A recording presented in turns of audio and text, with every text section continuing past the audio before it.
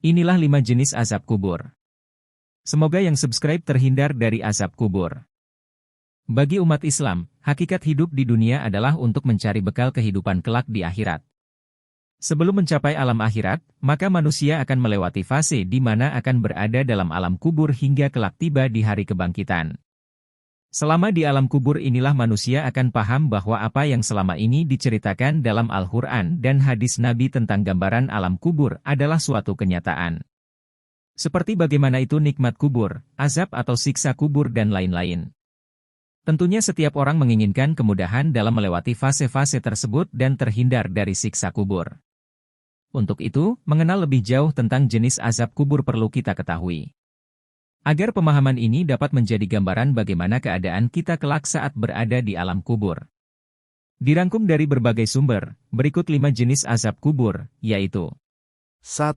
Diperlihatkan pemandangan neraka. Seseorang yang sudah melewati sakaratul maut, saat ia masuk ke liang kubur, neraka itu pun masih diperlihatkan kepadanya. Bahkan lebih dari itu, pintu neraka dibuka kepadanya hingga ia akan merasakan panas tak terkira. Uap neraka saja panasnya tak terkira, bagaimana jika mengenai apinya? Nauzubillah, dari Ibnu Umar bahwasanya Rasulullah Shallallahu Alaihi Wasallam bersabda, sesungguhnya apabila salah seorang di antara kalian mati maka akan ditampakkan kepadanya calon tempat tinggalnya pada waktu pagi dan sore. Bila dia termasuk calon penghuni surga, maka ditampakkan kepadanya surga. Bila dia termasuk calon penghuni neraka, maka ditampakkan kepadanya neraka. Dikatakan kepadanya, ini calon tempat tinggalmu, hingga Allah membangkitkanmu pada hari kiamat. 2. Dipukul dengan palu dari besi.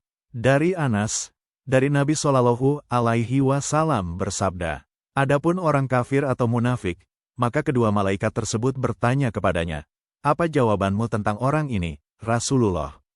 Dia mengatakan, aku tidak tahu. Aku mengatakan apa yang dikatakan orang-orang, maka kedua malaikat itu mengatakan, engkau tidak tahu.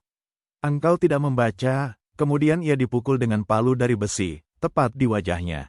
Dia lalu menjerit dengan jeritan yang sangat keras yang didengar seluruh penduduk bumi, kecuali 2 golongan, jin dan manusia. 3. Alas dari api neraka. Tak hanya panas api neraka yang dirasakan dalam azab kubur.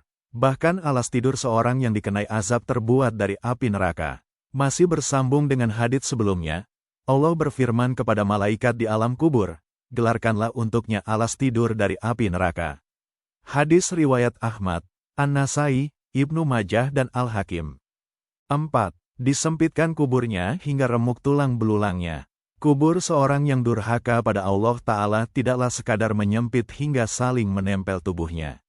Bahkan saking sempitnya kubur itu, tulang belulangnya akan patah dan remuk.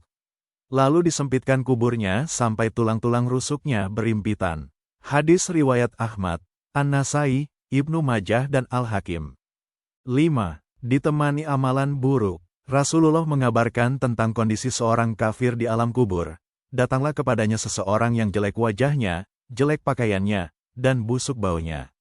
Dia berkata, bergembiralah engkau dengan perkara yang akan menyiksamu. Inilah hari yang dahulu engkau dijanjikan dengannya, di dunia. Maka dia, orang yang mendapat azab kubur, bertanya, siapakah engkau? Wajahmu adalah wajah yang datang dengan kejelekan. Dia menjawab, aku adalah amalanmu yang jelek.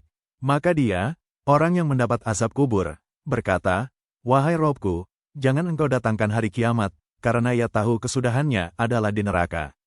Hadis riwayat Ahmad, An-Nasai, Ibnu Majah dan Al-Hakim. Itulah beberapa jenis azab kubur secara umum.